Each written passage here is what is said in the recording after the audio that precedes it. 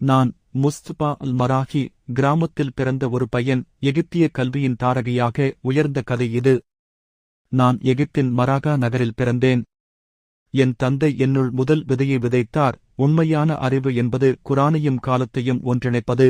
இந்த கருத்துக்கள் என் வாழ்க்கைப் பணியாக மாறியது.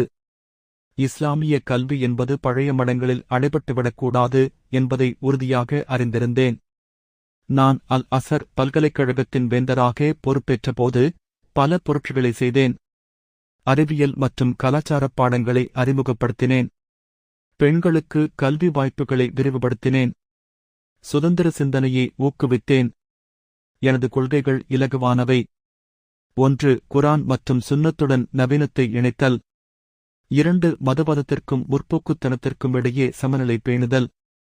3. எகிப்திய தேசியத்துவத்தை இஸ்லாமிய மதிப்புகளுடன் ஒன்றிணைத்தல். என் ஆசான் முகம்மது அப்துஹல் என்னுள் ஒரு எண்ணத்தை ஊட்டினார். இஸ்லாம் என்பது மாற்றங்களை ஏற்கும் மார்க்கம். அவர் விதைத்த விதை என்னுள் அல் மனார் பத்திரிகையாக மலர்ந்தது. நான் அதில் எழுதினேன், நாம் மதப் போர்வீரர்கள் அல்ல, ஞானப் போராளிகள்.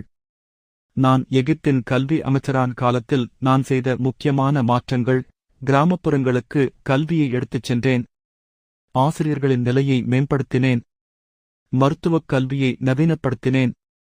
என் வாழ்நாளின் இறுதியில் நான் என் மாணவர்களிடம் சொன்னேன், என்னை நினைவில் வைக்க நீங்கள் நூல்கள் எழுத வேண்டாம். இஸ்லாத்தை நவீன யுகத்திற்கு ஏற்றவாறு வாழுங்கள். என் அன்பார்ந்த சகோதரர்களே, கல்வியே நமது விடுதலை. ஞானமே நமது ஆயுதம். அதுவே உண்மையான ஜிஹாத்.